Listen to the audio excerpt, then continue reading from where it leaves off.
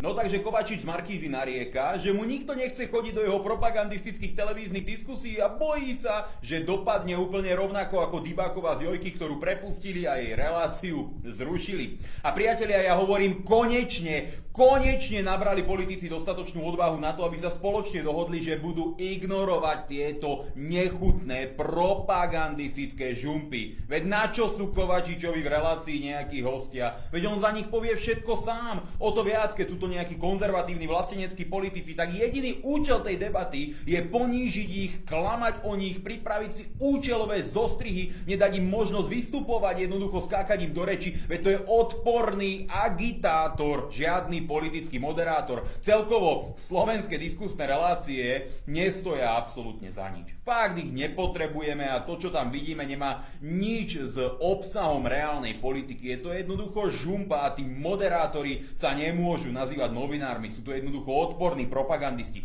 A čím skôr ich porazíme, čím skôr tieto médiá zaniknú, čím skôr sa ich vplyv rozplynie, tým skôr sa môžeme vyrovnať s hrozbami, ako sú progresívne Slovensko, Saska a ďalšie politické strany, ktoré by chceli rozložiť všetky štandardné, normálne, tradičné hodnoty a preto je dôležité ignorovať také žumpy, ako je Markíza, je dôležité ignorovať tieto liberálne politické debaty a naozaj zotrvať v tom rozhodnutí a nech tam ani jeden vládny minister nevkročí. Skrátka, položme ich na kolena, porazme ten mainstream a zbavme sa toho katastrofálneho propagandistického vplyvu na ľudí.